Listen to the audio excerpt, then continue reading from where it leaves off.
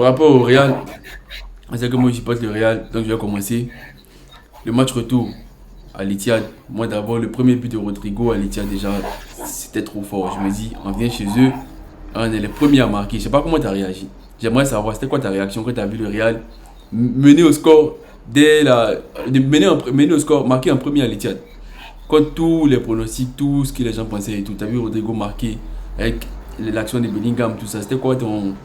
Qu'est-ce que tu as ressenti à ce moment précis? Mais c'est pas surprenant.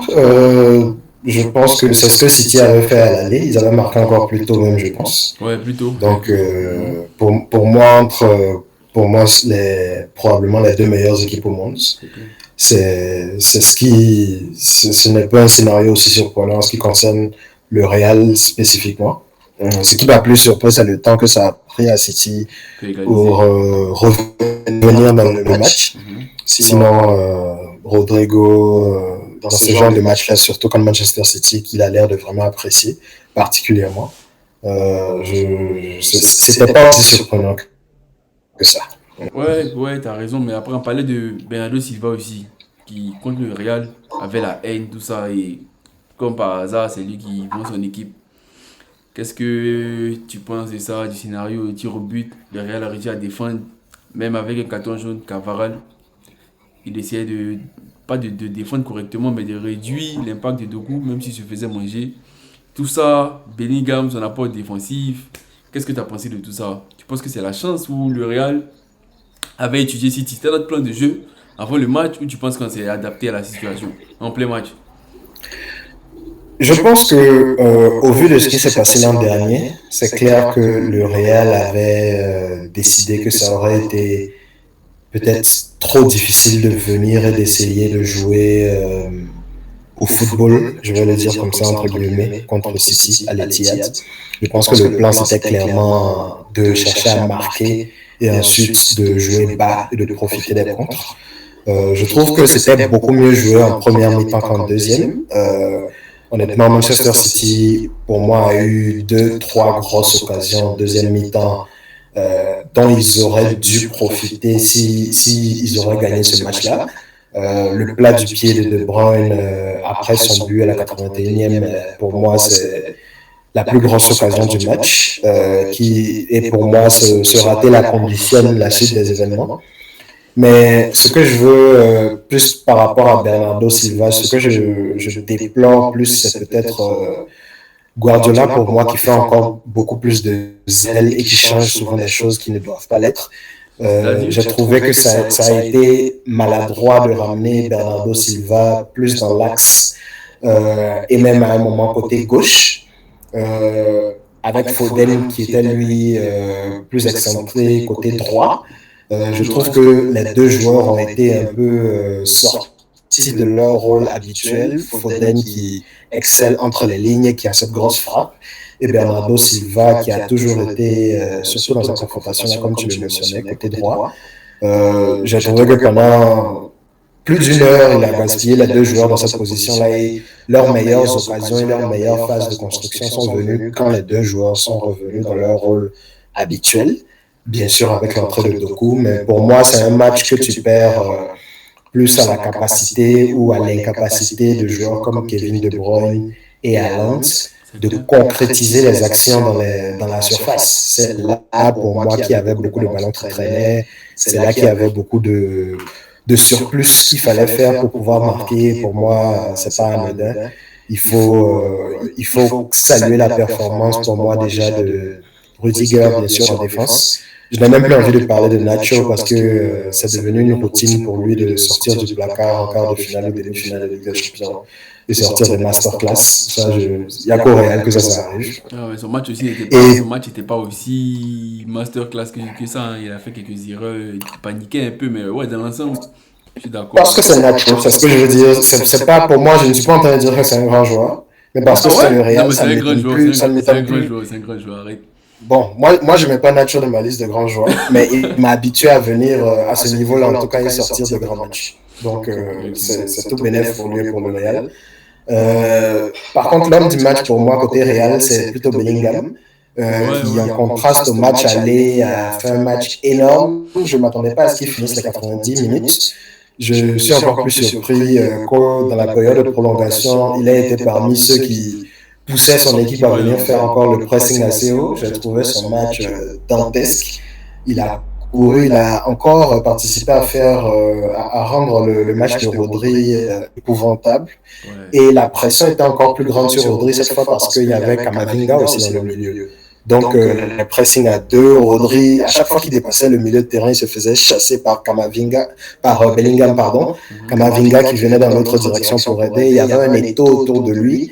Et pour moi, c'est ce qui a rendu encore plus incompréhensible l'absence de Foden parce que Rodri courait un peu dans le vide, dans le milieu. Mais Bellingham, pour moi, autant le premier match offensivement, il était invisible.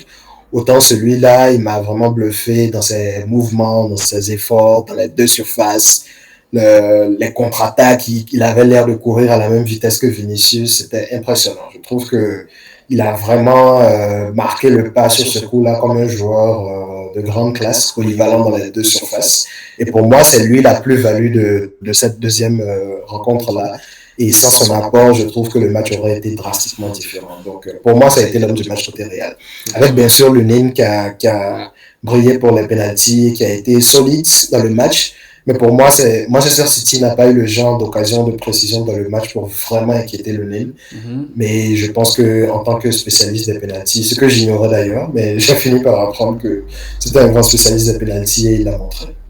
Ouais, ouais, je suis d'accord avec toi. Il ne faut pas oublier aussi qu'il y a Valverde, hein, qui a été même nominé officiellement, de manière officielle, l'homme du match. Valverde qui fait comme d'hab son travail de l'homme. Il occupe trois postes sur le terrain, le milieu, ailier droit, parce qu'on sait qu'il y a Vini et Rodrigo qui était un peu vers la gauche, Bellingham un peu, qui gérait les deux ailes, mais il y a Valverde qui était un peu latéral, milieu, et en même temps qui prenait le côté droit. Moi, je voulais souligner aussi la performance de Valverde, qui est un top joueur ici. Voilà, mais si c'est ça, et voilà, il reste, même si le Barça n'est plus là, il y a les demi-finales qui arrivent. Qu'est-ce que tu penses, Real Bayern, PSG Dortmund? On commence par le Real Bayern. Tu vois qui favori, tu vois qui passer. Le Real, pour moi, avec City, c'est clairement les deux meilleures équipes d'Europe. Je pense que ce qui s'est passé pour Arsenal contre le Bayern, c'est un peu l'histoire d'Arsenal ces dernières années. Mhm. C'est facile ou c'est différent quand tu es l'équipe qui n'a pas vraiment la pression, entre guillemets, qui est libre de performer, de rester sur la vague quand l'environnement est contrôlé. Mais au moment où tu es dans un statut de favori, au moment où tu es attendu, au moment où il faut performer sur les grandes dates, généralement, c'est beaucoup moins facile d'être soi-même.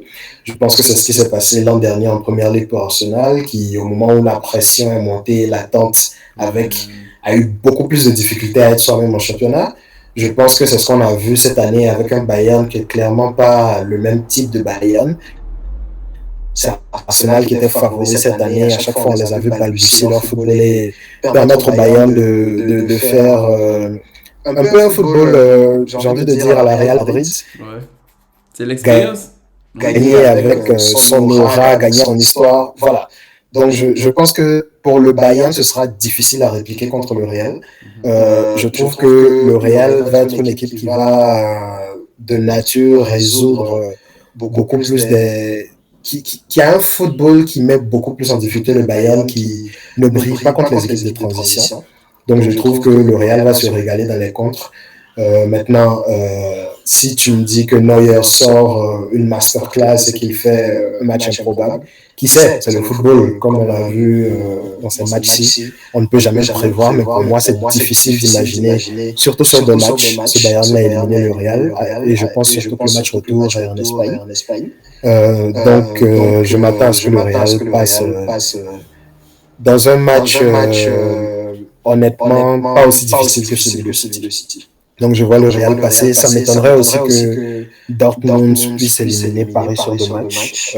Je pense que on est un peu dans un genre de providence de voir Mbappé aller jusqu'en finale contre le Real et voir ce qui se passe. Mais je pense que la vraie finale s'est jouée en quart de finale à l'Etihad cette semaine et je pense que la voie royale est dressée pour que le Real aille encore une fois sur le toit de l'Europe. Ah, Inch'Allah, hein, c'est vrai, moi, mais il y a des gens qui me disaient que Dortmund, on ne devait pas les enterrer, c'est vrai, c'est le foot, mais moi, il voit pas le PSG perdre contre Dortmund. Et vu que tu penses pareil, après, on se dirige vers un Real PSG, il ne faut pas vite s'emballer, il y a des équipes aussi comme le Bayern qui n'a plus rien à jouer en championnat, qui va jouer sa vie en Champions. Il y a Dortmund aussi, à Wembley, on se rappelle, c'est perdu contre le Bayern en finale, peut avoir un peu un succès d'orgueil pour se venger, essayer de tenter encore leur chance cette année, encore à Wembley, on ne sait jamais. Peut-être cette année, ça va leur sourire. Mais... Voilà, ok, c'est ça. Bonne chance pour le Classico. Merci d'être passé encore sur MyFoot TV et bonne soirée à toi.